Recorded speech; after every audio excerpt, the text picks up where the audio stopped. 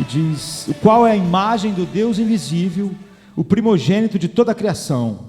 Em Êxodo 20, versículo 4, que é o segundo mandamento, que Deus diz: não farás para ti imagem. E nós vimos que o primeiro mandamento proíbe adorar outros deuses, mas o segundo mandamento, não farás para ti imagem, não está falando sobre idolatria, não é a repetição do primeiro mandamento, mas você não pode adorar a Deus criando uma imagem do Deus verdadeiro que se adapte a você, ou você imaginando como Deus verdadeiro deve ser, que isso cria o caos e que distorce todos os relacionamentos. E nós vimos que nós temos que ter cuidado com o pecado, porque primeiro nós cometemos o pecado, depois nós racionalizamos o pecado, depois nós começamos a defender o pecado, depois nós nos gabamos do pecado que nós cometemos. E vimos que essencialmente nós vivemos numa geração em que a igreja primeiro cometeu o pecado de esquecer que ela está no mundo para ser o baluarte da verdade.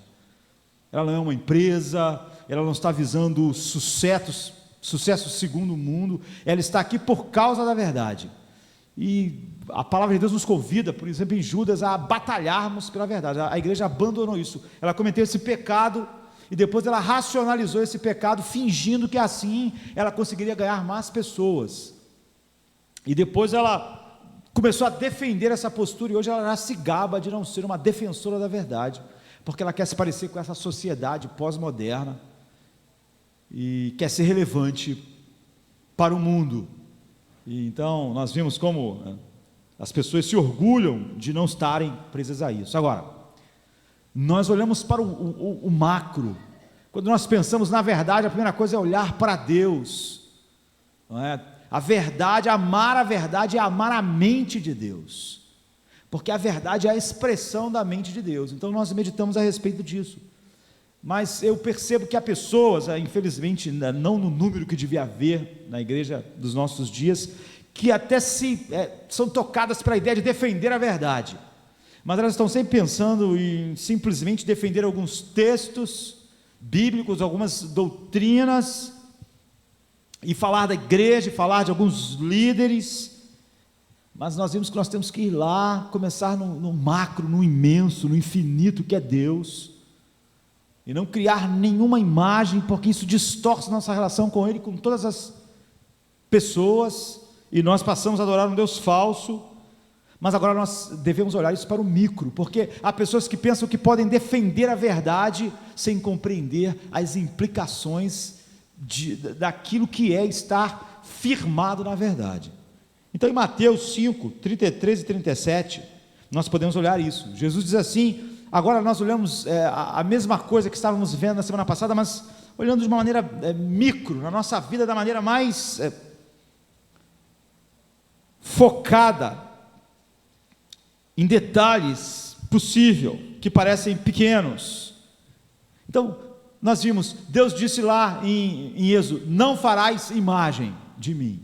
E Ele disse em Colossenses, Ele é a imagem, ou seja, vocês não farão a imagem, mas eu vou providenciar uma imagem perfeita de mim. Agora, essa imagem perfeita, que é o próprio Deus, a verdade de Deus, andando no mundo, disse assim, vocês também ouviram o que foi dito aos antepassados, não jure falsamente, mas cumpra o juramento que você fez diante do Senhor. Mas eu lhes digo, não jurem de forma alguma, nem pelos céus, porque é o trono de Deus, nem pela terra, porque é o estrado dos seus pés, nem por Jerusalém, porque é a cidade do grande rei, e não jure pela sua cabeça, pois você não pode tornar branco ou preto nem um fio do seu cabelo. Seja o seu sim, sim, e o seu não, não, e o que passar disso vem do diabo, é de procedência maligna, ou em outra versão, vem do maligno. Como eu já disse aqui várias vezes, algumas pessoas, quando começam a querer enfatizar a graça, eles têm a ideia de que os fariseus dificultavam as coisas, mas o que a Bíblia mostra é que os fariseus sempre facilitavam as coisas. Os fariseus modernos são descolados, sabe? Eles não são homens, porque as pessoas estão buscando às vezes os fariseus de 12.000 anos atrás, com aquele jeito, com aquela roupa, com aquelas ideias, mas os fariseus, eles sempre pegavam a verdade de Deus e tornavam ela mais fácil e mais adaptada à mente natural e carnal do ser humano. E é isso que Jesus está dizendo aqui. Jesus está ensinando que a verdade é preciosa. Todos nós concordamos com isso. O mundo parece odiar a verdade, mas é só porque o mundo é guiado pelas suas paixões. E quando a verdade toca nas paixões, o mundo diz que não existe verdade, que não existe verdade nem mentira, que não existe certo nem errado, que isso é o conceito de cada um, depende do ponto de vista, do jeito que você está olhando. Essa é a mente pós-moderna, mas é uma mentira, e o mundo inteiro sabe. Todos nós concordamos, no nível mais essencial, que a verdade é preciosa, principalmente quando alguém mente para nós.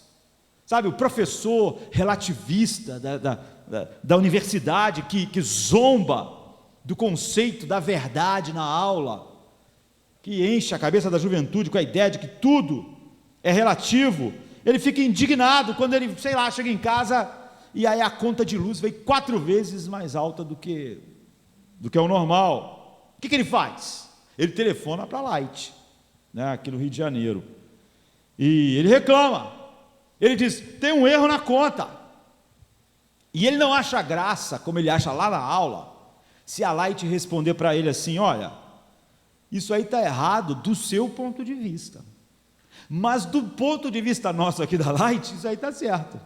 Ele não acha engraçado isso, ele não desliga o telefone e diz, realmente é verdade, realmente, sabe, para ser consistente com o que eu digo, na opinião de vocês está certo, na minha está errado, mas vocês marcaram. A verdade é preciosa para a vida. Nós não podemos simplesmente dizer, nós não nos importamos com a verdade. Certa vez eu estava voltando de Penedo, no meio do caminho, Mateus era pequenininho, assim sentado lá na cadeirinha, nem sei se naquela época era obrigado a usar cadeirinha, acho que não, né? Mas Mateus lá na cadeirinha, pequenininho, falou assim, eu engoli uma moeda. Acabou com o nosso passeio, tivemos que ir direto para o hospital, tirar um monte de chapa, sondar, tudo, e ele não tinha engolido moeda nenhuma, não tinha engolido nada. Mas você vê como a verdade é importante. Nós não pensamos assim, não importa, ele engoliu ou não engoliu a moeda? Não tem importância, não, nós temos que saber a verdade. Qual é a verdade? Será que ele engoliu a moeda ou ele não engoliu a moeda? Você pergunta assim para alguém, essa água aí é boa, é potável? A pessoa diz, não tem importância, se é boa ou potável, isso é questão de opiniões. Você vai e bebe a água, você não, eu quero saber a verdade. Você me diga a verdade se essa água é boa para beber, porque eu não vou beber essa água se ela não for boa. Sabe? A pessoa é seu amigo ou é um espião? Você quer saber. A noiva quer saber lá do marido, o marido da noiva, você vai cumprir os votos que você está fazendo comigo ou você está mentindo? Você quer casar comigo ou você só está interessado no meu dinheiro? A pessoa não responde assim, eu não preciso responder isso, porque isso não tem a menor importância. Se eu quero casar contigo por causa do dinheiro, porque você é bonita, porque eu te amo, é uma questão de ponto de vista. Não, você quer saber a verdade. Te incomoda pensar e não saber essa verdade. Quando você viaja, se alguém perguntar assim, será que tem combustível suficiente no avião para ele chegar lá do outro lado, ou será que não tem? Se perguntar ao cara, abasteceu o suficiente ou não? O cara diz, sei lá. Mas para que saber isso? Isso não é importante. Do meu ponto de vista, eu acho que tem. Não, meu amigo, eu não quero saber o seu ponto de vista. A questão é, tem combustível para o avião chegar até o outro lado? Se não tiver, eu não entro no avião. O médico disse, tem que fazer a cirurgia, mas eu vou melhorar ou vou piorar com ela? Não, a gente arranca o teu braço, depois a gente vê. Por que você tem que saber se faz? Sabe, você liga para o bombeiro e depois o bombeiro diz, ele falou o quê? Era a Rua do Petróleo ou a Avenida Brasil? Alguém vai dizer, não tem importância, vai para qualquer, vai no número 20, vai para a Rua do Petróleo, Avenida Brasil, isso não faz diferença, não. A verdade é fundamental para a vida. Quem zomba do conceito da verdade é um bufão, ou então ele é um déspota, poderoso, porque ele pode brincar com a realidade, porque por um tempo ele pode manipular a verdade. Os professores universitários vitalícios não se importam com a verdade na sala de aula, porque ele tem esse poder lá e a segurança de entreter os seus alunos com jogos acadêmicos e pensamentos fúteis. Mas quando vai aplicar aquilo na vida, aí não, aí ele quer saber a verdade, ele acha que a verdade é uma coisa definida, o certo e o errado. Então a verdade é fundamentalmente importante, porque a vida depende da verdade. Todas essas coisas, Jesus diz: eu vim para o mundo para dar testemunho da verdade. A igreja está no mundo para dar testemunho da verdade. Jesus amava a verdade e ele não só achava ruim, ele odiava a falsidade. Então ele diz, confirmando o 9º mandamento em Marcos 10:19, não darás falso testemunho, nunca. Você não pode amar a verdade, defender algumas coisas e pensar que você pode em algum momento dar um falso testemunho. Ele advertiu sobre o engano. Ele disse que o engano na boca contamina todo homem. Ele considerava a hipocrisia um câncer demoníaco no homem, como ele diz em Mateus 23:15. Ele chamou de filhos do diabo quem brinca com qualquer tipo de mentira.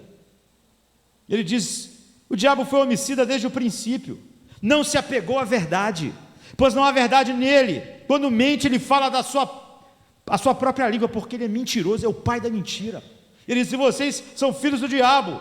A mentira tem origem no diabo, e sempre que a mentira caracteriza a vida humana, é a vida moldada por aquilo que é o caráter de Satanás. Então Jesus disse: para isso eu vim ao mundo, eu vim dar testemunho da verdade. Que verdade? A verdade a respeito de Deus. Eu sou a imagem de Deus. Mas eu vim dar testemunho da verdade sobre vocês, a maldade de vocês, como vocês merecem um inferno, como a ira de Deus está sobre vocês, como para que alguém da humanidade seja salva, eu vou ter que sofrer essa ira. As pessoas não gostam. Quando as pessoas não gostam da verdade, é porque a verdade vai e entra como uma bomba atômica na falsa imagem que o homem criou de si mesmo. Então ele veio dar testemunho da verdade a respeito de Deus, a respeito do homem, a respeito da salvação, a respeito do inferno, a respeito do que é certo e do que é errado. E no final do seu ministério, quando ele está sendo julgado, em João 18:37, ele diz assim: de fato, por esta razão nasci, e para isso vim ao mundo, para dar testemunho da verdade, e todos os que são da verdade me ouvem. Nesse momento nós sabemos que Pilatos perguntou: mas o que é a verdade? Porque Pilatos era um homem da nossa geração.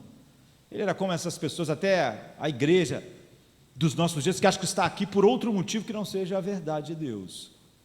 Só que Pilatos não esperou a resposta de Jesus. A Bíblia diz que ele virou as costas e saiu quando falou isso. Nós sabemos qual a resposta que Jesus ia dar a ele. Ele ia dizer: eu sou a verdade. Como está em João 14:6. Então o próprio Jesus, em tudo que ele faz, ele sempre exemplifica o que é verdadeiro, o que é belo, o que reflete o caráter de Deus. Então quando ele fala, não há nenhum engano, não há nenhuma coisa que pode ser ou não, que pode mudar ou não. Ele diz assim: aquele que busca a glória de quem o enviou, este é verdadeiro, não há nada de falso a seu respeito. Então quando algumas pessoas, quando a maioria daquela geração, quando praticamente toda aquela geração não acreditou em Jesus, ele não pensou em mudar a mensagem para conquistar os seguidores, para ser relevante, para converter gente. Ele falou o contrário: eu vim dar testemunho da verdade. Agora, vocês não acreditam em mim. Por quê? Eu não vou mudar a verdade, porque a verdade não pode ser mudada. No capítulo 8:45 diz assim: vocês não creem em mim, porque eu digo a verdade. Porque se eu dissesse a mentira, vocês iam acreditar, porque vocês são caracterizados pela mentira. E sabe por que vocês não creem em mim? Porque eu digo a verdade. Então Jesus diz que as pessoas se desviam da verdade, da luz, exatamente porque ela é luz, porque eles amam mais as trevas do que a luz, como está em João 3,19. E ele disse: eu vou enviar um Espírito sobre vocês, para que vocês sejam a igreja, e esse é o Espírito da verdade. Então em João 15:26 ele diz: quando vier o conselheiro, que eu enviarei a vocês da parte do Pai, o Espírito da verdade, que provém do Pai, ele testemunhará a meu respeito. O Espírito que habita em nós é o Espírito da verdade, o Espírito que ele enviou. Por isso que Jesus, antes de partir, orou como está em João 17, santifica-os na verdade, a tua palavra é a verdade. A verdade não é simplesmente algumas áreas que nós defendemos, ela permeia todas as coisas, porque ela é a expressão de tudo que Deus é, e tudo que Deus criou é para expressar isso. Então, para mostrar como a verdade é sumamente importante, para que nós não tenhamos ideias dúbias sobre a verdade, como nós podemos combater pela verdade no mundo, nós temos o texto que nós lemos hoje. Jesus está dizendo, é tolice cruzar o dedo quando você fala, é tolice arrumar maneiras de que a tua palavra não expresse tão somente a verdade. Então, no Sermão do Monte, que é o texto que nós lemos aqui em Mateus 5, Jesus está derrubando as práticas sutis da sua época de burlar a verdade. Como eu disse, os fariseus, eles não tornavam as coisas mais difíceis, eles sempre tinham uma ideia de burlar a verdade de Deus para tornar as coisas mais fáceis, mais carnais, mais mundanas. Quem faz isso hoje, mesmo condenando os fariseus, estão sendo exatamente os fariseus modernos. O fariseu não era um homem que tornava mais difícil, ele dizia o seguinte: olha, você não pode adulterar, porque adulterar está escrito que é errado. Agora, pensar em ter relações sexuais com as outras mulheres, você pode. É isso que os fariseus faziam, eles sempre estavam buscando uma maneira, eles nunca entenderam a verdade, eles nunca entenderam que a verdade é a expressão do coração de Deus, que você precisa da verdade sem subterfúgios, que ela precisa dominar a sua vida.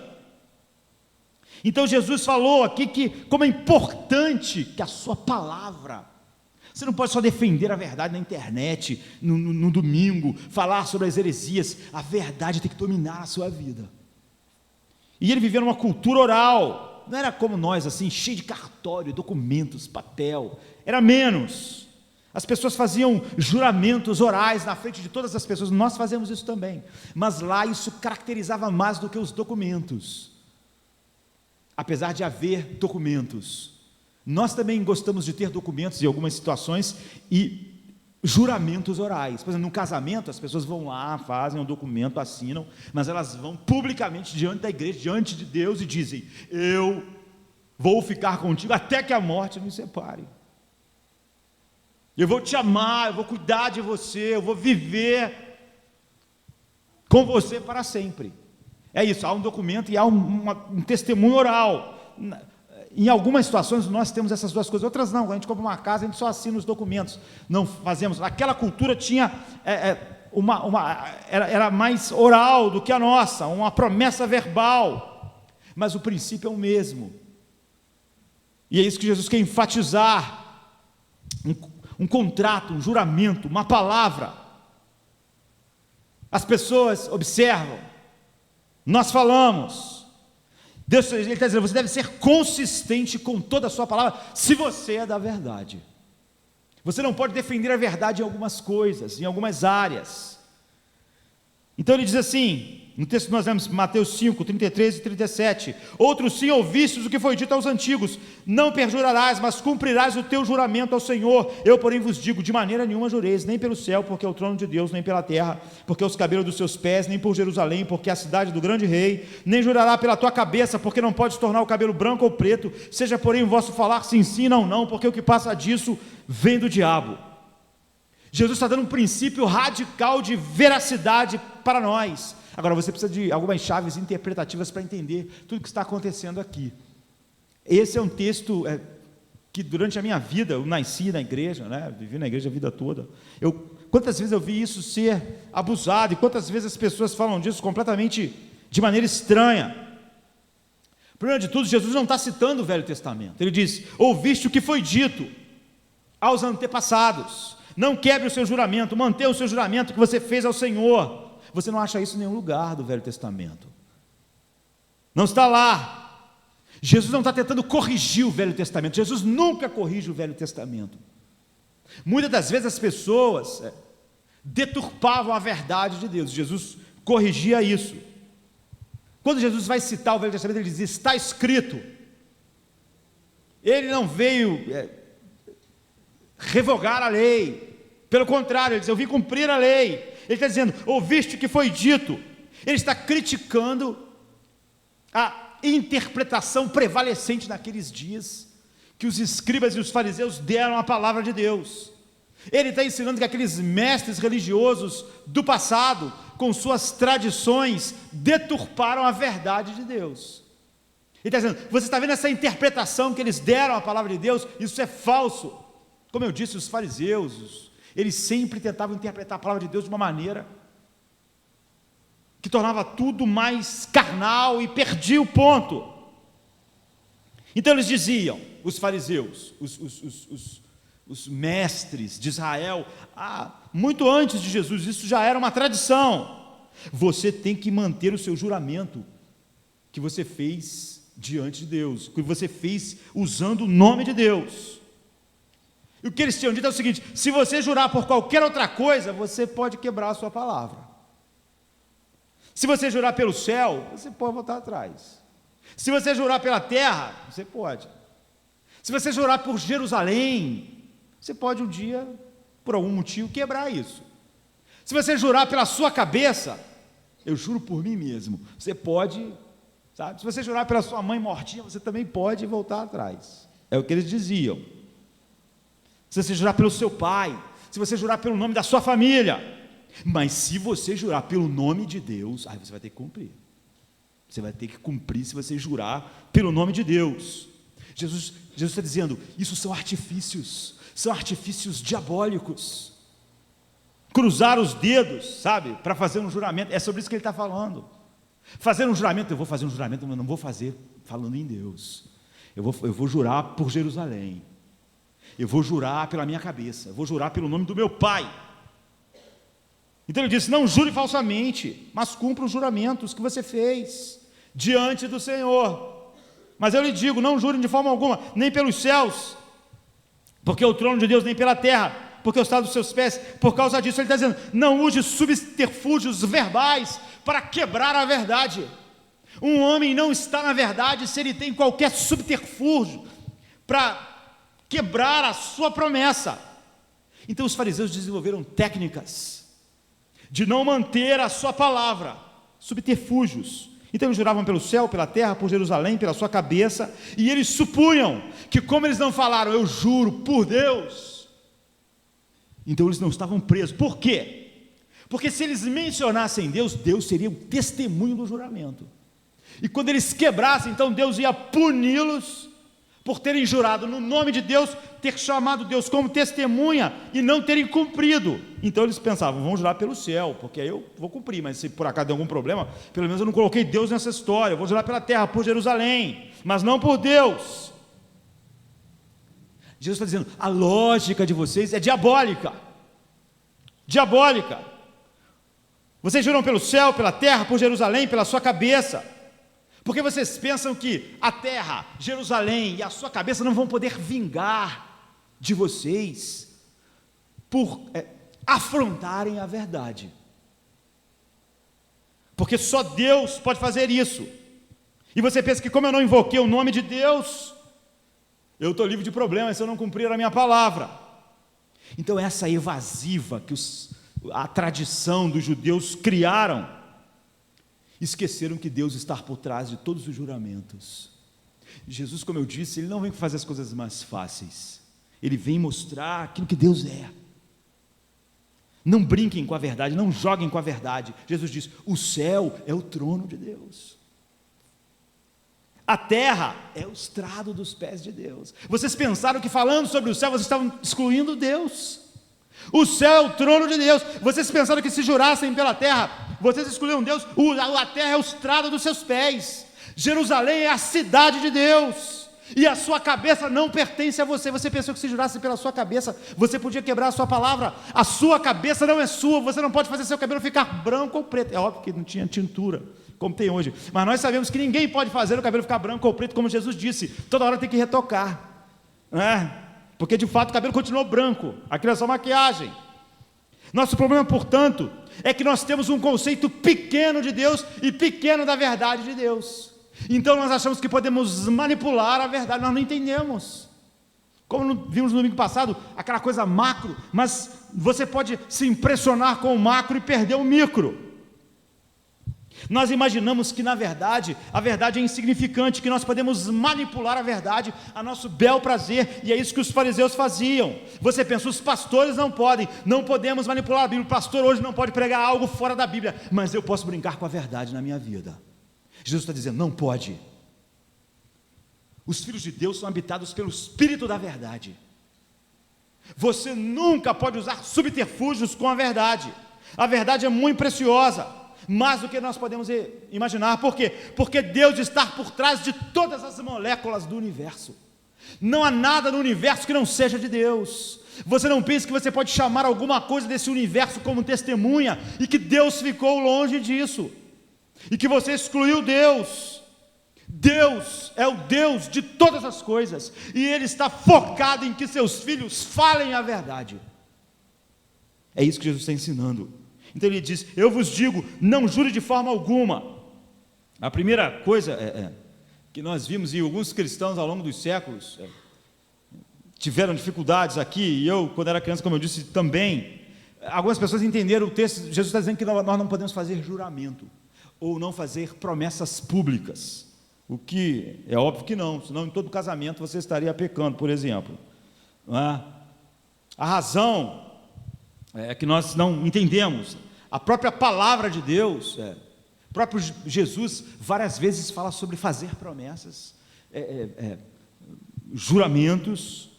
Por exemplo, em Mateus 26, durante o julgamento de Jesus, Jesus ficou quieto, ficou em silêncio, mas o sacerdote disse, eu te conjuro sob juramento, pelo Deus vivo, tu és o Cristo. Então ele respondeu, e o que ele disse? Eu sou. Eu estou sob juramento, eu estou diante de Deus. Tu dizes, é assim como você disse, eu sou essa pessoa. Então nós sabemos que rasgou a veste, diz, está vendo, ele blasfemou. Jesus podia ficar em silêncio, mas agora ele estava sob juramento ali, ele respondeu. Em Gálatas 1, por exemplo, Paulo diz, ora, acerca do que vos escrevo, eis que diante de Deus eu testifico que eu não minto, ou seja, eu juro diante de Deus que eu estou dizendo a verdade para vocês, porque o juramento é Deus, é testemunha do que eu estou dizendo, as minhas palavras estão sendo ditas diante de Deus. Em 1 Coríntios é a mesma coisa. Se você voltar a Gênesis 15, você vê que Deus fez um juramento a Abraão, e Deus passou a tocha, passou entre os animais partidos, era um juramento de Deus, eu vou te abençoar, eu jamais, em ti eu abençoarei as famílias da terra, em ti virá a promessa, em ti eu prometo que nunca vou ser contra, não vou estar contra, eu vou estar a favor daqueles que vão estar em ti, aqueles que são a sua descendência, como o apóstolo Paulo diz em Gálatas, por fé. O juramento é uma promessa, é por isso que nós chamamos o Velho Testamento de Velha Aliança, e o Novo de Nova Aliança. Promessa, é a promessa de Deus, é o juramento de Deus. Deus está dizendo, Deus não podia jurar por alguém maior, então Ele jurou por Ele mesmo. A Bíblia inteira então é construída por promessas públicas, por palavras, por prestação de contas. Então o que Jesus estava dizendo?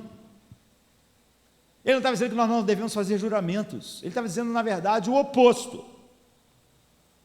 Ele está dizendo, você não pode criar níveis de verdade, você não pode pensar que há níveis de juramento, você não pode pensar que se você jurar por Deus, você tem que cumprir, e se você jurar pela sua cabeça, você está livre de cumprir.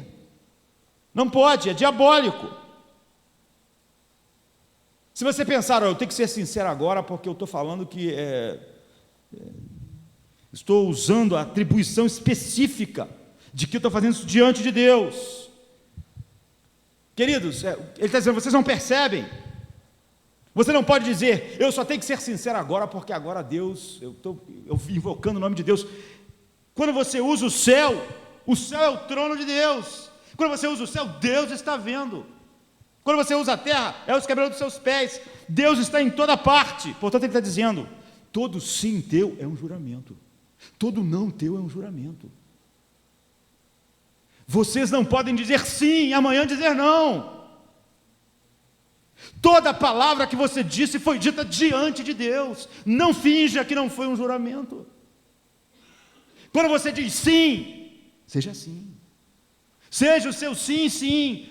Não use subterfúgios para pensar que o seu sim não foi dito diante de Deus. Você tem que estar comprometido com a verdade, e você não pode ser o baluarte da verdade, se de alguma maneira você acha que pode usar subterfúgios para com a verdade. Toda palavra que você diz é dita diante de Deus. Não pense que só se você invocar o nome de Deus, é que Deus, eles vão falar alguma coisa que eu tenho que olhar. Ele está vendo. Então todo o seu sim, seja sim, porque todo o seu sim é um juramento. E todo o seu sim é um juramento feito diante de Deus. E todo o seu não é um juramento. Então deixa eu me colocar assim, dessa forma. Sabe, se amanhã, segunda-feira, uma câmera fosse ficar atrás de você 24 horas por dia, para observar você, cada tom de voz, não só o que você falasse, mas a maneira com que você falasse, e que depois, na terça, ia ser colocada, sei lá, para 7 bilhões de pessoas ver o que você falou durante toda a segunda-feira, isso faria diferença no que você vai falar? Você pensaria, olha, o que eu estou dizendo aqui o dia inteiro, o mundo inteiro vai ver, então eu tenho que falar coisas direitas, corretas, porque eu estou sendo observado, essas câmeras estão ligadas. Se você disser que sim, se você disser que faria diferença, é sobre isso que Jesus está dizendo, sabe? Como você é fantasioso ao pensar isso. Deus está vendo o que você diz. Então usa essa ilustração. Sim, manhã após manhã, dia após dia, o seu sim é um juramento diante de Deus, e o seu não. Vocês são vigiados pelos únicos olhos que importam. Não pense que alguma palavra que vocês digam pode ser sim, depois não,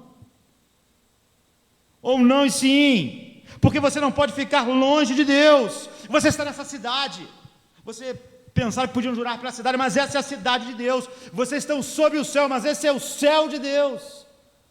Vocês estão na terra de Deus. Vocês usam o corpo que Deus criou. Vocês usam a mente que Ele criou. Vocês estão diante da face de Deus. Vocês devem se importar tão somente pelos valores de Deus, pela visão que Deus tem de vocês, e Deus é o Deus da verdade. Não importa se 20 milhões de pessoas estão vendo, 30 milhões, 50 milhões, 7 bilhões, cada palavra tua é um juramento. Cada palavra tua é um juramento diante do Deus do universo.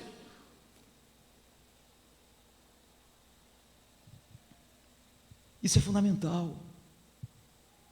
É claro que Jesus não está dizendo que não há graus de comprometimento, mas Ele está dizendo que não há nenhuma escusa, sabe? Todos nós temos que estar atentos a isso. Desde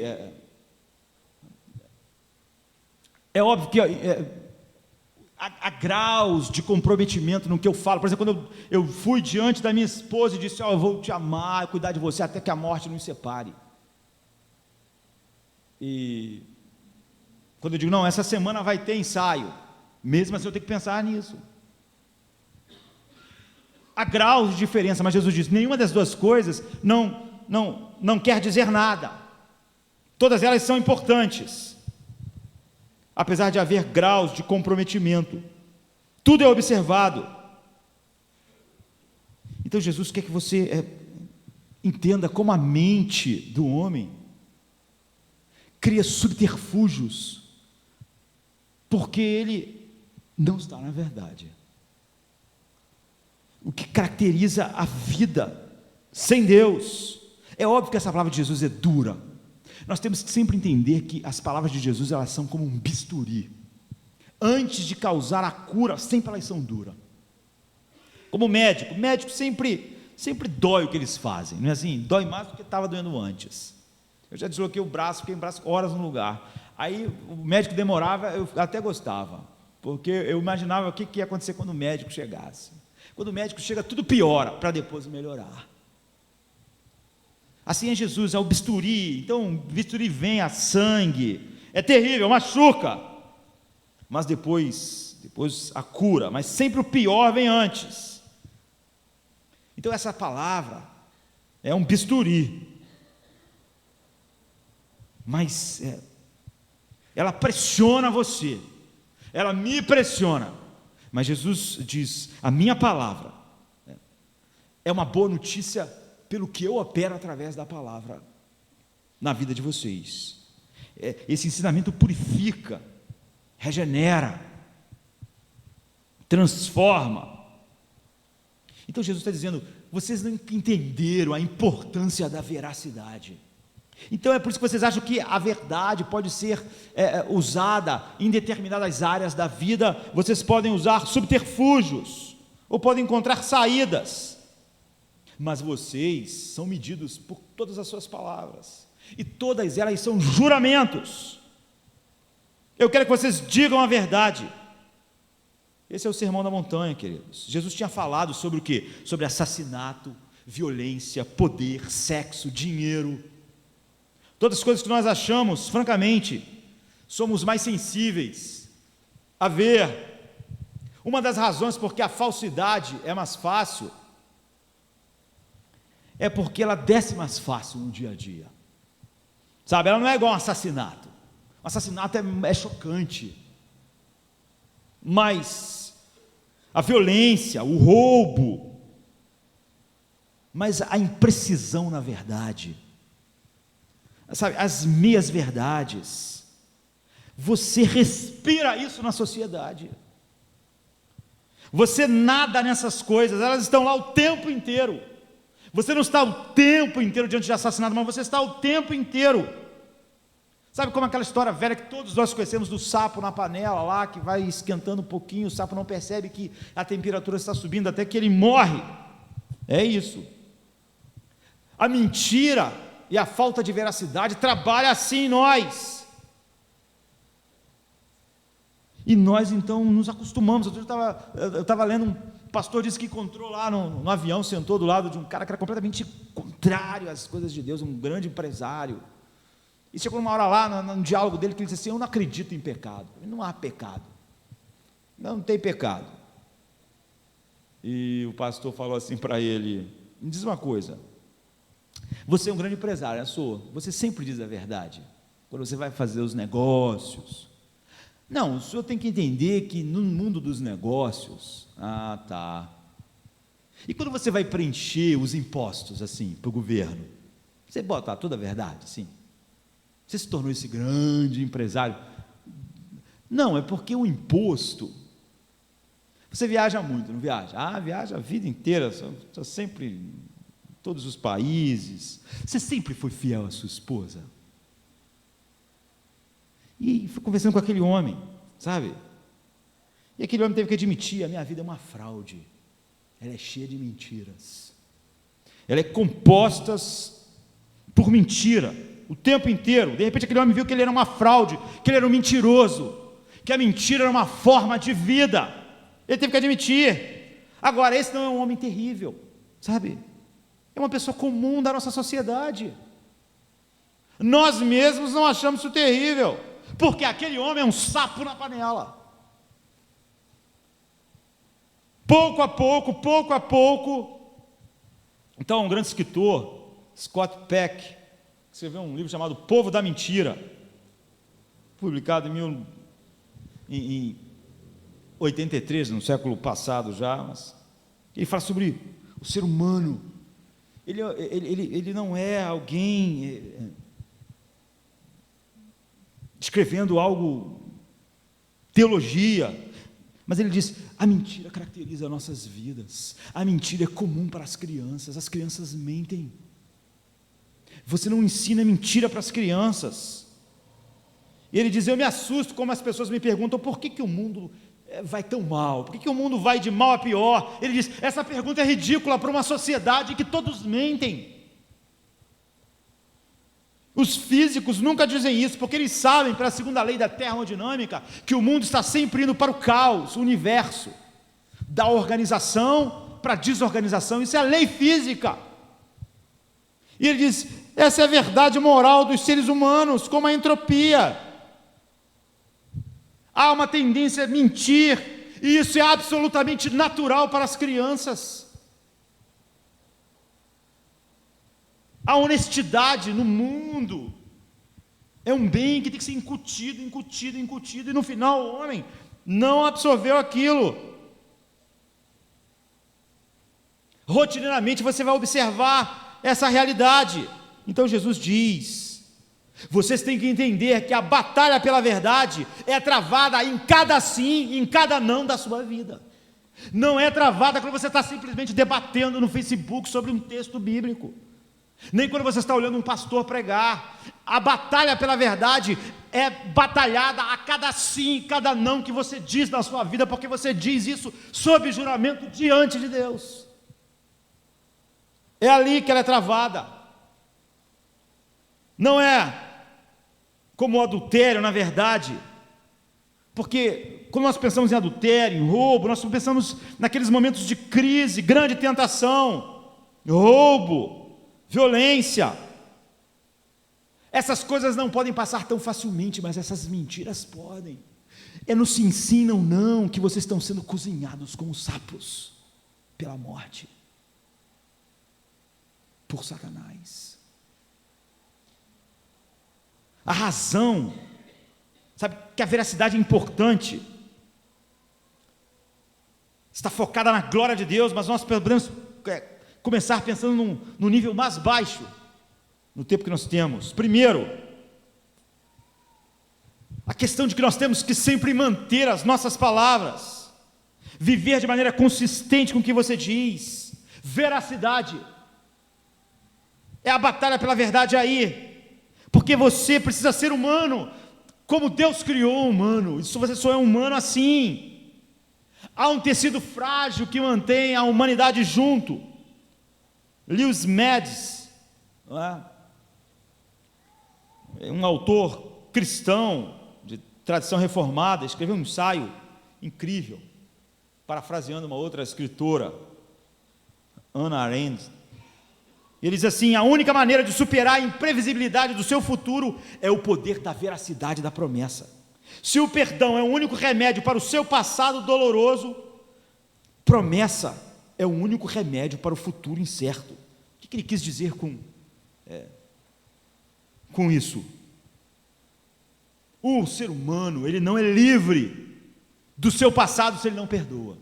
Se ele não perdoa, o que o autor está dizendo, baseado naquilo que a Bíblia diz, se você não perdoa, você é preso ao passado, você não é livre. Tudo que você vai fazer agora está preso àquilo, e o que você faz é uma reação ao que aconteceu ao passado, ou seja, o passado te controla. Um homem que não perdoou não é livre. Se você não perdoar, você é controlado pelo passado, você é programado pelo passado. Você não perdoou, tudo que alguém faz, você olha pelas lentes do passado, você está preso, você não é livre. Você não pode olhar aquele fato como o fato é. Você está preso, você está aprisionado, você está programado pelo passado. Você é menos que humano, você é como um computador, você foi programado pelo passado, agora você só funciona baseado naquilo. Então você é um animal, você é menos que humano, como Deus nos criou. Os animais são controlados pelos instintos, pelas vísceras, pelos desejos. Os computadores são controlados pela programação. Quando você se recusa a perdoar, o seu passado continua segurando você pela garganta, e tudo que você faz é isso. Se você não perdoar como a Bíblia diz que você deve perdoar, e como Cristo disse que deu poder a todos que são filhos de Deus para perdoar, você é menos que humano, porque você não conhece a liberdade dos filhos de Deus. Você é como um animal controlado por aquilo que te aprisiona, que são os instintos do animal, ou um computador que foi programado passado. Então vire-se para o futuro. O que ele está dizendo é a mesma coisa. Fazer uma promessa e manter e assumir a tua palavra, o seu sim, sim, sendo verdadeiro e confiável, é a única forma de ser livre em relação ao futuro. Chesterton diz que uma promessa e um compromisso é que faz você quem você é. O que faz você quem você é a promessa, é o juramento. Se você fizer uma promessa, Então as pessoas sabem como você vai ser daqui a uma semana, daqui a 2 semanas, daqui a 1 ano, daqui a 20 anos. Você disse para a sua mulher: eu vou te amar e cuidar de você até a morte. Agora essa pessoa sabe como você vai ser daqui a 10 anos, daqui a 20 anos, sabe? A imprevisibilidade do futuro só pode ser vivida assim. A pessoa sabe que você vai estar no lugar onde você prometeu que vai estar, que você vai ser a pessoa para ela ali, você vai ser fiel ao compromisso. Então, Smed está dizendo, baseado em tudo que Deus diz, tudo que você diz é um juramento diante de Deus. Você não é um animal empurrado por sentimentos, desejos, por seu humor, por suas glândulas. Um animal não mantém a sua palavra, porque ele é dirigido pelos hormônios e glândulas, e ele cada hora faz aquilo que essas coisas comandam. Mas como você fez uma promessa agora, não é mais a química do teu corpo que comanda você. Você não é um animal, nem condicionamento. Você não é mais empurrado pela sua hereditariedade, nem pelo programa. Você não é um computador empurrado pelo meio ambiente. Você é livre. Os filhos de Deus são livres, porque o sim deles é sim, e porque o não é não. Você agora é humano como Deus criou. Você falou, e agora você é aquela pessoa. É a sua promessa que diz quem você é. Você permanece fiel à sua promessa. Então você se torna verdadeiramente um ser humano, um filho de Deus, como Deus criou para ser. Mas não é assim que o mundo moderno vê a vida. O mundo moderno diz: olha, se você quer realmente aproveitar a vida, ser feliz, você tem que estar livre de obrigações. Você tem que estar livre para ser uma coisa hoje, uma coisa amanhã. A Bíblia chama isso de escravidão. Isso é diabólico. Essa é a conversa pós-moderna da nossa sociedade que invadiu as nossas vidas. Eu ouço isso o tempo todo. As pessoas chorando, falando conosco, mas aquela pessoa disse que ele faria isso na empresa, que ele assumiu esse compromisso, como tão cedo ele quebrou isso. Você disse que casou comigo e disse que era para sempre, como tão cedo você quebrou isso. Você disse que estaria aqui quando eu precisasse, como você não está. A resposta que as pessoas que quebraram a sua palavra, a sua promessa dão, que eu ouço e que já ouvi tantas vezes é: eu só tenho uma vida para viver, eu quero ser feliz, e para me descobrir como eu sou feliz eu tenho que ir quebrando a minha palavra. Desculpe, eu estou machucando você, eu estou destruindo você, estou destruindo crianças, estou destruindo a igreja, mas eu descobri o que me faz feliz, e você deve descobrir também o que faz você feliz. Então a nossa sociedade diz: se você quer ser feliz, fique longe de compromissos. Promessas são coisas de otários. Os fariseus fizeram um jogo pensando da mesma forma. Então as pessoas dizem: para que fazer promessas de casamento? Vamos morar juntos, porque amanhã qualquer coisa fica tudo mais fácil. Quanto mais fácil ser sair daquilo que nós nos comprometemos, melhor. Por que eu vou me juntar à igreja como um membro? Eu só assisto, porque se qualquer coisa eu vou embora, não tem compromisso, eu não tenho responsabilidade. Por que eu vou casar? Eu só moro junto. Portanto, você não quer assumir compromissos. A nossa sociedade ensinou isso a nós. Por quê? Porque nós mantemos as opções em aberto. Vou fazer o que eu quero, o que me der mais vontade. Hoje eu estou bem assim, mas amanhã eu posso não estar. Eu posso estar com essa mulher hoje, mas quem sabe eu vou ser feliz com outra mulher amanhã. Jesus está dizendo: isso é diabólico. Gente assim não entendeu nada. Não adianta olhar para o macro, não entenderam a veracidade no coração de Deus. Essa é a ideia moderna do que significa ser humano. Mas Lewis Mads diz: isso não é ser humano. O que a Bíblia diz é o contrário. Você é um mero animal, um mero computador. Você não é controlado pela verdade, você é controlado pelo impulso, você é controlado pela conveniência. Se for conveniente eu vou estar aqui, se não for amanhã eu não vou estar. Não contem comigo, não contem com a minha presença, não contem com nada, porque eu vivo pelo que é conveniente.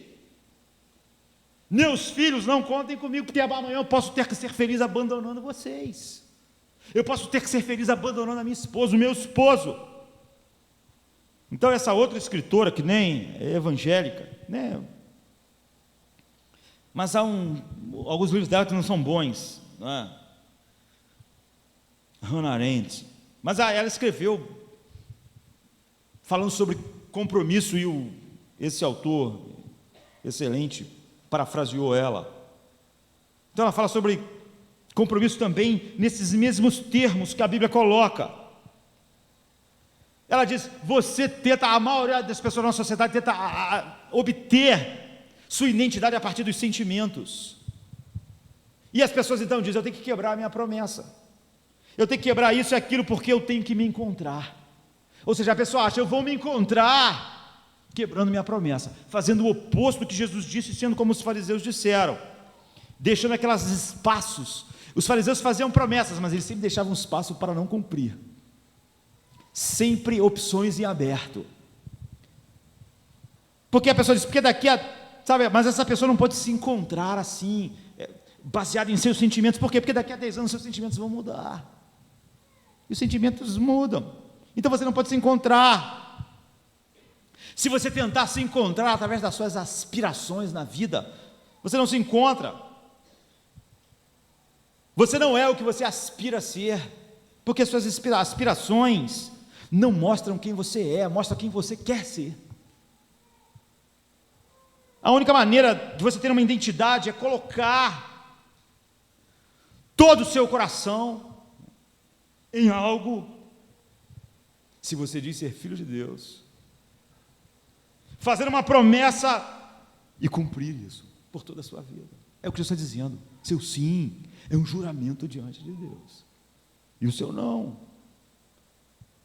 Então, sem estar vinculado às promessas, nós nunca estaremos capacitados a manter uma identidade. Nós estamos condenados a vagar, desamparados, sem rumo, na escuridão e na solidão da vida de um coração sem Deus, que muda o tempo todo. Então, Lewis Metz, ele diz: a minha esposa viveu nas últimas décadas pelo menos com 5 homens diferentes, que era ele mesmo, não é? Ele diz: eu era uma pessoa com 20 anos, mas depois eu fui outra com 30, e outra com 40, e outra com 50. Então, como ela ficou comigo? Por causa da promessa, por causa do juramento. Você não pode ficar com alguém se aquela pessoa for imutável. Ninguém é imutável. É por causa da veracidade, é por causa da verdade, é por causa do coração de Deus. É óbvio que eu não sou a pessoa com que casei com Cláudia. Eu casei com 21 anos de idade, eu tenho 44. É óbvio que ela esteve casada também com vários homens durante esse período. É óbvio que se ela dependesse disso para estar, ela não estaria mais. Jesus está dizendo: não encontrem subterfúgios para não serem verdadeiros, porque eu sou a verdade, ninguém que é da verdade vive assim. Vocês brincam com a verdade, ele disse para os fariseus, achando que podem fazer alguma coisa que não seja um juramento diante de Deus. Como eu sei quem eu sou? Pelo meu compromisso. No meu batismo, eu fiz um compromisso, eu fui diante de pessoas públicas e disse: eu morri para o mundo, eu nasci de novo. É um compromisso, eu tenho que viver de acordo, eu tenho uma responsabilidade para com essas pessoas, para com o corpo de Cristo. Eu, Josemar, sou um pastor, sou um ministro do Evangelho. Na minha ordenação, eu assumi um compromisso. Quando o domingo está chegando, eu não penso: hoje, essa semana eu não quero pregar não. Olha, eu tentei, mas não achei mensagem nenhuma. Na verdade, eu estou com vontade mesmo, mas sei lá, é de tirar uma soneca no domingo. Não, querido, não, eu tenho um compromisso. Acreditem, nem sempre eu estou com a mesma disposição para pregar, nem sempre fisicamente eu estou bem para pregar, mas esse é o meu compromisso. Eu fui consagrado, eu fui lá, eu fui diante de Deus, eu assumi o compromisso. Às vezes eu não quero fazer, mas e daí? Às vezes na vida nós pensamos, será que vale a pena seguir adiante? Mas eu tenho que seguir adiante. Quem sou eu sem as minhas promessas? Ninguém. Você não vê, sabe? Você só pode não viver assim se você criou uma falsa imagem de Deus, como nós meditamos no domingo passado.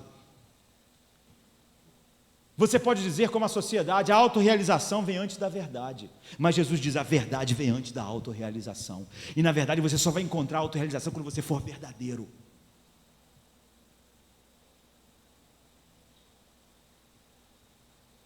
Eu me batizei, eu me casei, eu fui consagrado ao pastor, compromissos. Os que se batizaram nessa igreja se comprometeram em sustentar financeiramente, sustentar com a sua presença, edificar os irmãos, se interessar pelos irmãos, viver para a comunhão dos irmãos, para a glória de Deus, proclamar o evangelho. Foi o seu compromisso. Foi o seu juramento diante de Deus. Foi o seu juramento diante da sua esposa. Foi o seu juramento quando assinou o seu contrato de trabalho. Jesus está dizendo, não usem de subterfúgios, não finjam que são da verdade se vocês agirem assim. Se você colocar qualquer coisa antes da verdade, você abandonou a verdade. Jesus está dizendo, vocês nunca entenderam a importância da verdade. Vocês nunca entenderam que a batalha pela verdade não está só quando o pastor está pregando, quando você está defendendo uma doutrina, está em cada sim, em cada não que vocês dizem na vida. Que todo sim, todo não é um juramento diante do Deus do universo, o Deus da verdade. Vocês não percebem quando vocês perdem a verdade, o que vocês perdem? Ela é necessária porque ela diz se você de fato é humano, como Deus criou, filho de Deus. E é necessário para mostrar se você trata os outros como seres humanos.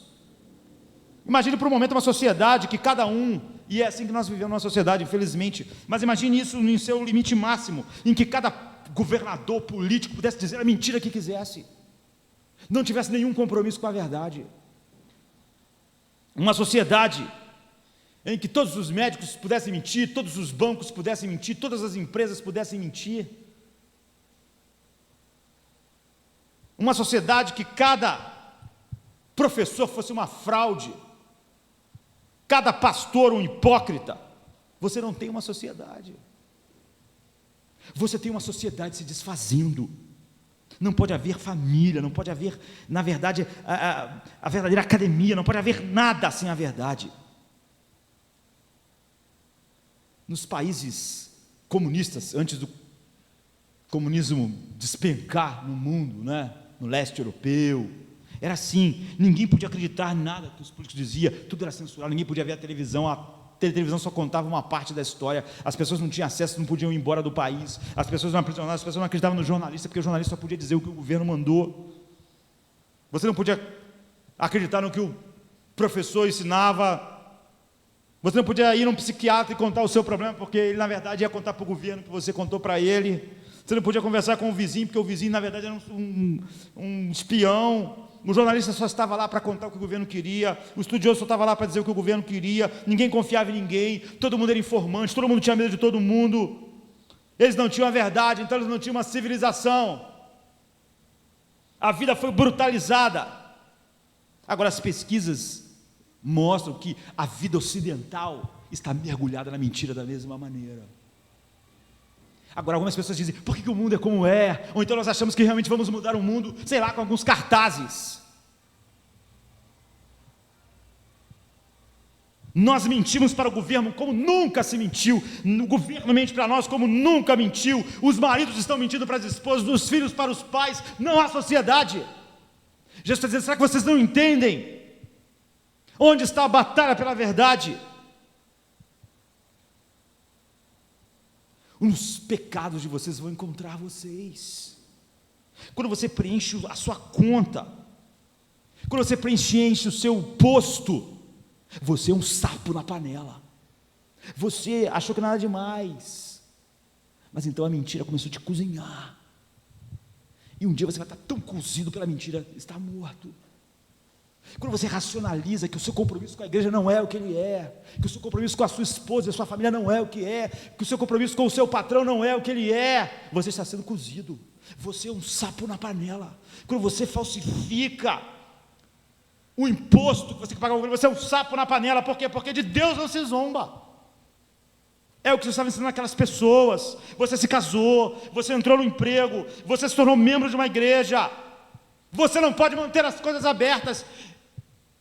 Esse é o coração de Satanás. E vocês, fariseus, tentaram criar uma interpretação bíblica que mantivesse para vocês uma opção em aberto. Então vocês juravam pelo céu e podiam quebrar a palavra, vocês juravam pela cabeça de vocês e podiam quebrar a palavra, porque vocês não colocaram o nome de Deus. Mas vocês não podem, porque tudo pertence a Deus. O céu é o trono de Deus, a terra é o estrado dos seus pés, a cabeça de vocês pertence a Deus.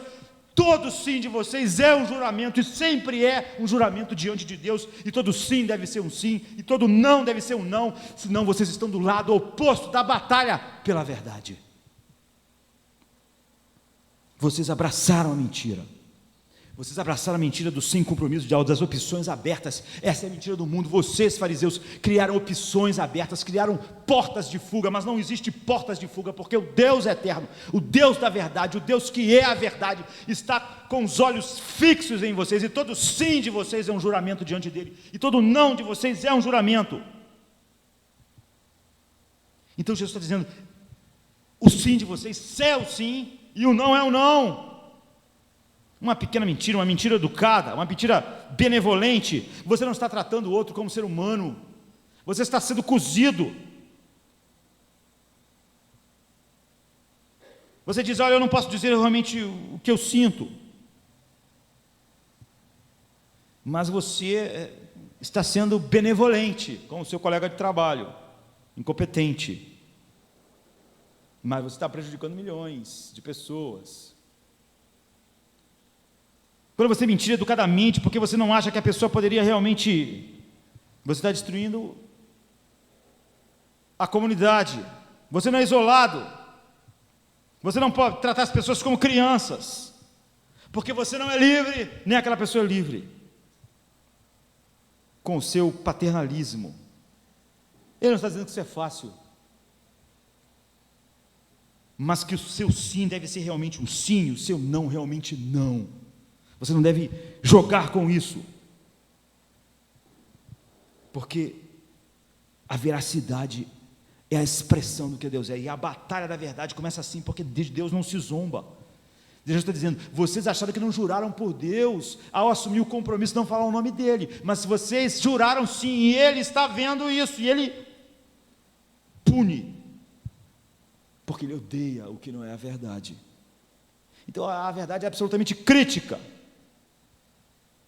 é onde o campo, a verdade é onde a batalha está sendo travada, é o campo da batalha. Veracidade, integridade quer dizer que você é completo, é simples, você não é dividido em várias partes. É isso que integridade significa, que você não é fragmentado.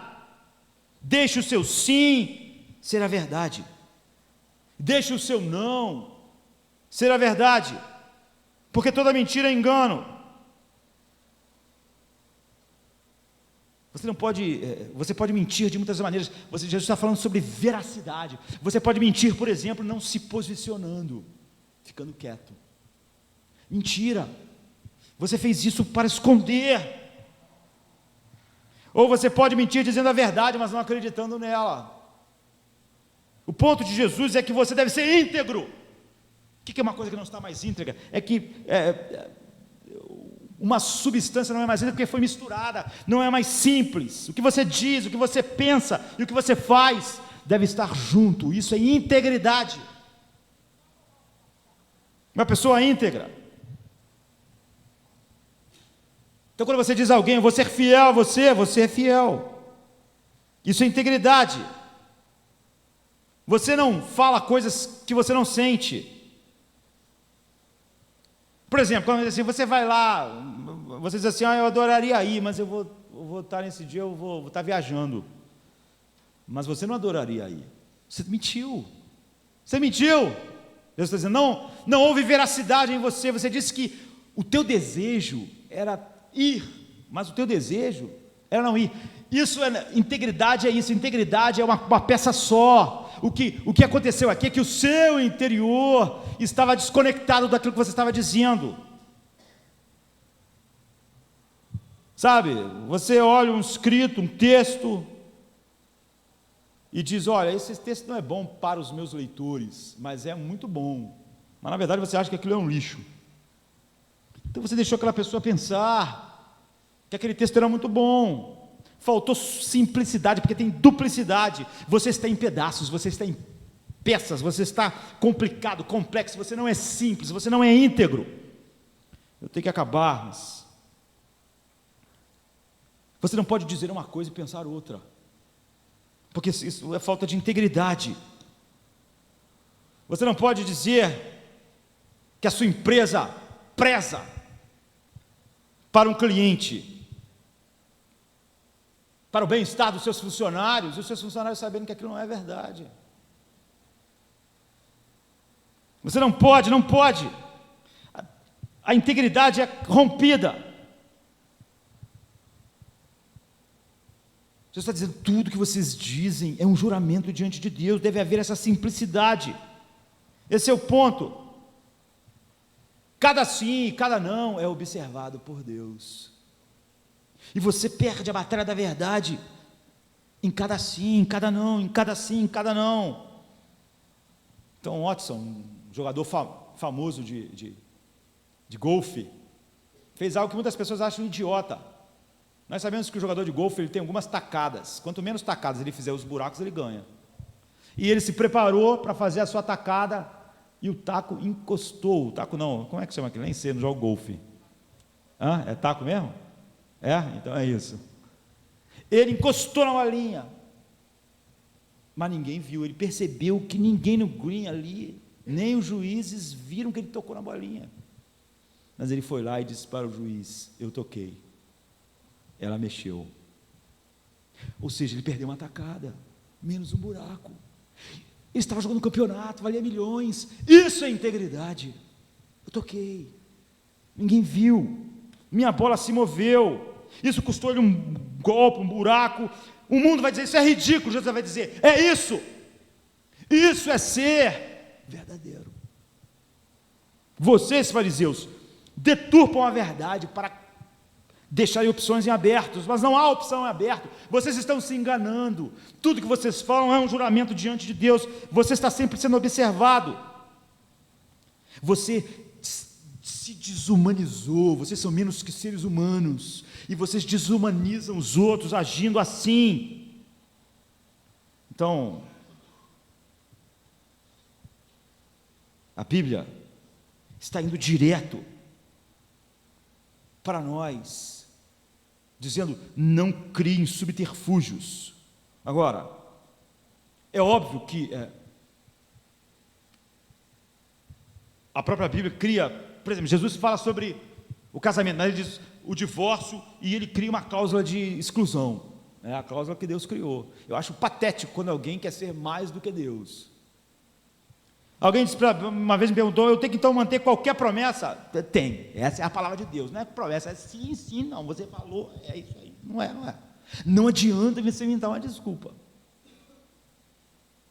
Mas aí o cara conta a promessa que ele fez, aí você tem que dizer, não, essa aí você está errado, você pecou 2 vezes, agora você vai estar tudo errado. Vocês podem pensar assim, mas por exemplo o quê? Por exemplo, Herodes, ele falou assim para Salomé, você dança aí, tá, eu gostei, pode pedir o que você quiser. Eu prometo aqui com o meu anel, aqui qualquer coisa, pode pedir. Aí ela falou assim, então eu quero a cabeça de João Batista. Aí ele, caramba. Opa, você diz assim, ele devia quebrar ou não quebrar a promessa que ele fez? É um pecador estúpido fazendo uma promessa. É óbvio que ir em frente é cometer um pecado terrível. É óbvio que ele não devia manter a promessa, mas ele devia se envergonhar de ter feito uma promessa que era pecado. Um filho de Deus não faz promessas que é contra o que Deus disse. Ver uma dança sensual,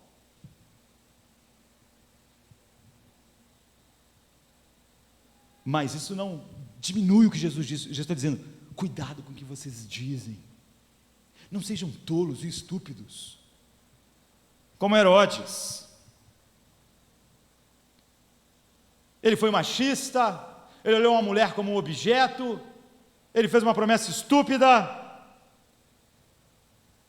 e é óbvio que ele desumanizou aquela menina, desumanizou ele, desumanizou João Batista, rompeu com a glória de Deus. Ele devia pedir perdão a ela por ter feito uma promessa idiota e por não poder cumpri-la, não porque não era conveniente, mas porque era algo horrendo diante de Deus. E nunca mais fazer promessas tolas. Ou seja, o ensino é: você não pode matar alguém porque você prometeu matar alguém. Você deve se arrepender disso, mas deve se arrepender da promessa que você fez, porque as suas palavras são sempre importantes. Então há pessoas que dizem: eu estou comprometido com a verdade, eu acredito na verdade.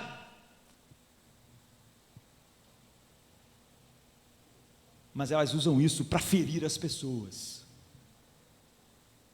Nós, se estivermos comprometidos com a verdade nesse mundo, nós vamos ter muitos problemas. Jesus é a verdade, andou aqui, nós sabemos as coisas que aconteceram com ele, não preciso contar. Então nós vamos ser populares nesse mundo, se você é comprometido com a verdade. Agora, entenda, há muitas pessoas que dizem para mim: eu sou verdadeiro, mas na verdade essa pessoa é só uma pessoa intratável. Efésios 4,15 diz assim: fale a verdade em amor. O que isso quer dizer? Está dizendo que as condições para me falar a verdade é que elas fluem de um coração dominado pelo amor de Deus. Você vê a diferença? Paulo não está dizendo: fale a verdade quando você estiver irritado e quiser machucar alguém. Não, fale essa verdade para quem você ama e que você gosta muito. Porque quando você diz a verdade só porque você se sentiu ofendido, você está debochando da verdade. Você está usando a verdade para mostrar a feiura do seu coração. Porque a verdade é a verdade, como uma faca que corta o bife e que mata alguém. O que a Bíblia está dizendo é o seguinte: quando você fala a verdade para aquele ali, porque você não gosta dele, mas para aquele ali que ele é muito legal contigo, te cobre de carinho, e você não diz a mesma verdade, é óbvio que você não honra a verdade. Você é um hipócrita. É isso que os fariseus faziam. Quem faz isso não está honrando a verdade. Se você disser a verdade em qualquer lugar, em qualquer hora, sem se preocupar se aquele tom é errado, se a tua ideia é ofender a pessoa, se a tua ideia é expor a pessoa, é se vingar porque você achou que ela pisou no seu pé, então você esqueceu o ponto. Você está sendo tão diabólico e ainda está usando a verdade para a sua diabolice, se é que essa palavra existe. Não faça isso, isso é debochar da verdade. Deus é a verdade. Você sempre deve ser verdadeiro, mas os motivos são por causa da glória de Deus. Então ela não faz diferença. Aquela pessoa é uma pessoa horrível que te machucou, e aquela ali é uma pessoa maravilhosa, o seu filhinho, sabe? Sua filha, seu filho, seu neném, não importa. Quando importa, você está brincando com a verdade, você está debochando da verdade. Então, para aquela pessoa, você não importa se você fala a verdade no tom errado, da maneira errada, porque na verdade você não estava interessado na verdade. Você tinha outro interesse. Você não estava querendo: eu vou dizer a verdade porque a verdade deve ser honrada. A verdade deve ser honrada porque ela expressa o caráter de Deus. Não é isso, você estava, pelo contrário, você não queria honrar Deus nem a verdade, você estava com raiva daquela pessoa. Se aquela pessoa fosse uma pessoa que te cobriu de presentes, carinhos, beijinhos, você ia esquecer a verdade. Então, a verdade sem amor não é honrar a verdade.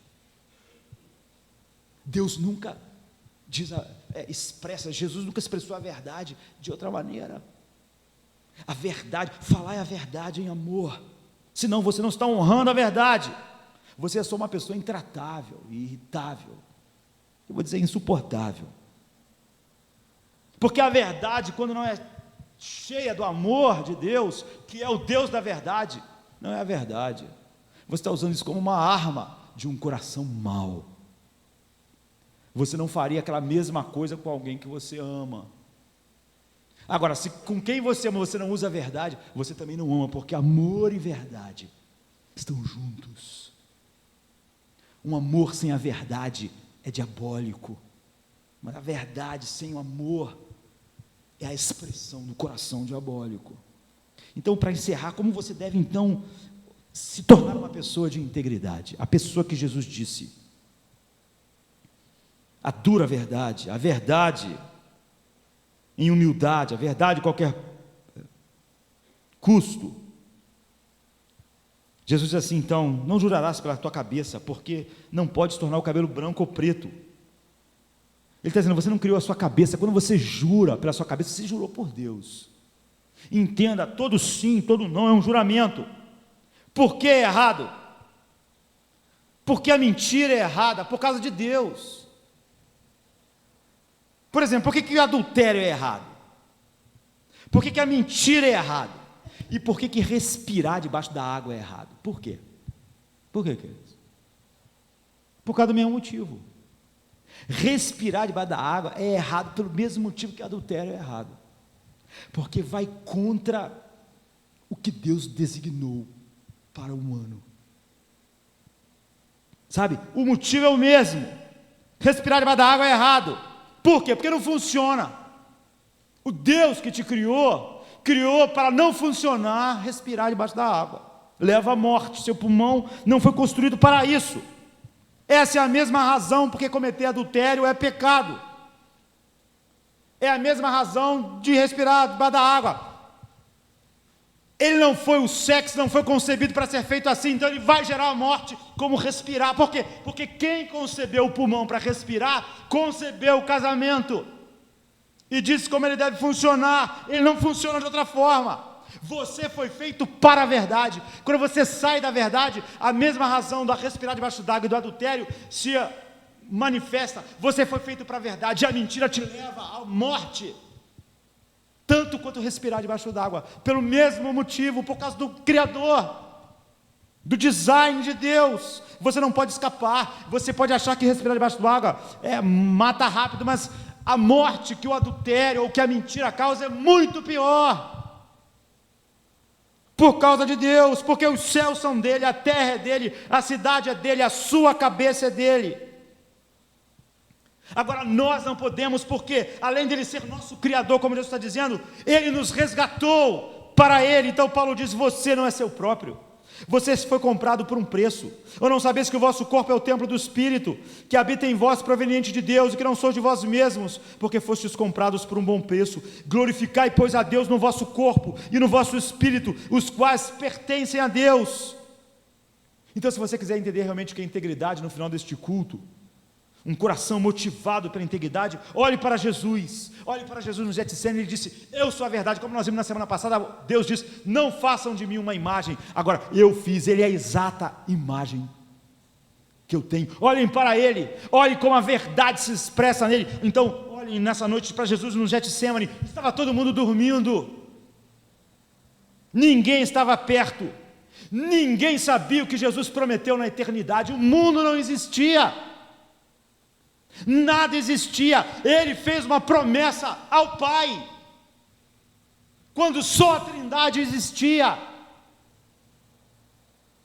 Os seus discípulos estavam dormindo, ninguém sabia que ele tinha que morrer na cruz de fato. Jesus está no escuro. Sabe quando alguém diz que integridade é aquilo que você é no escuro? Jesus está no escuro, ele olhou para o Pai e disse, é horrível,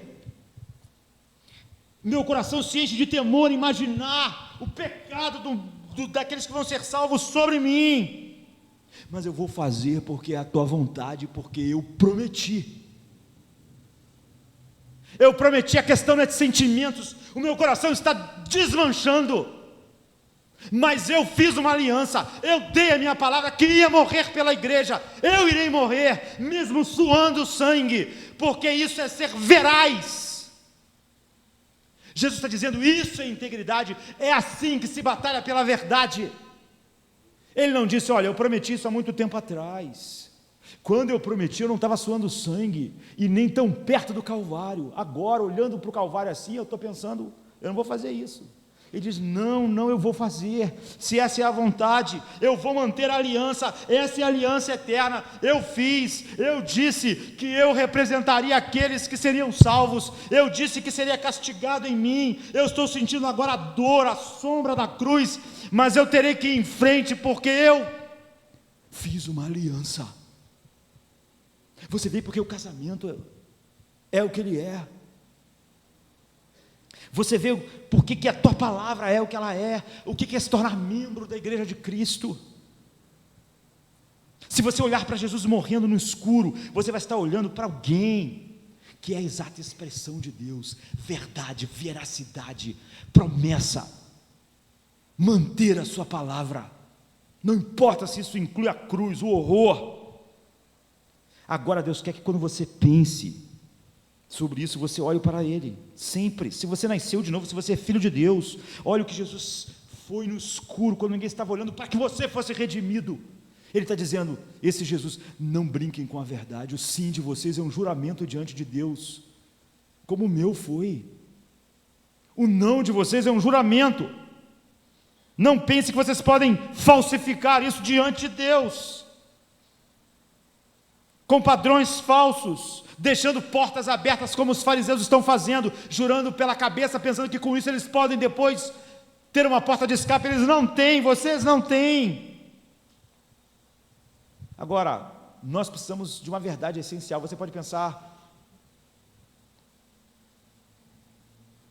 Jesus nos chama para viver isso, porque Ele diz, eu vou operar em vocês o querer e o efetuar, eu sou o Deus poderoso, eu transformei vocês em novas criaturas, por causa da verdade. Eu orei para que vocês fossem santificados na verdade, verdade. Agora você se sente culpado, e eu também, quem não se sentiria? Agora Deus quer que cada dia da sua vida, cada sim, cada não, você olhe e diga, olha o que Ele fez, olha a sua integridade, olhe como no Getsemane, na escuridão, ninguém sabendo a sua promessa, como Ele foi em frente, quando ninguém estava olhando, quando ninguém sabia.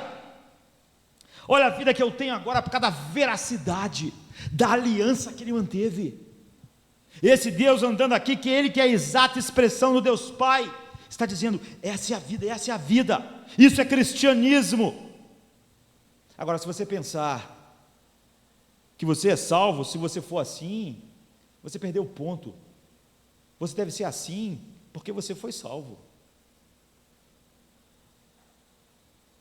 Sabe, Jesus contou uma história para os fariseus legalistas, de dois jovens que o pai mandou fazer algo, um disse assim, eu vou fazer,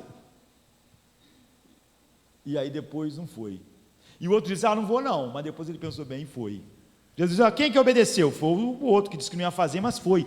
Todos nós, sabe, somos como o jovem que disse que não. Os fariseus eram aquele que disse que ia fazer, mas não fizeram nada, eles sempre tentavam uma maneira de escapar. Nós vemos que a mentira campeou as nossas vidas, mas esse, segundo é o Filho de Deus, a mentira era o que caracterizava, eu não vou fazer, mas ele foi e fez. A mudança de Deus invadiu nossos corações para viver essa vida. Até os fariseus disseram, foi o segundo, apesar de ter dito que não ia fazer, mas no fim a verdade que venceu. Então, a única honestidade, a primeira honestidade que o Espírito Santo produz nos homens que Ele regenera, para nos salvar, é fazer um homem honesto sobre a sua desonestidade. É o homem dizer, a mentira caracterizou a minha vida. Deus, eu sou desonesto. Nas profundezas do meu ser, eu não sou como Tu és, eu sou desonesto. E essa primeira confissão, que o Espírito Santo gera no coração, que Ele regenera, é a porta de entrada para a veracidade de Deus em nossas vidas.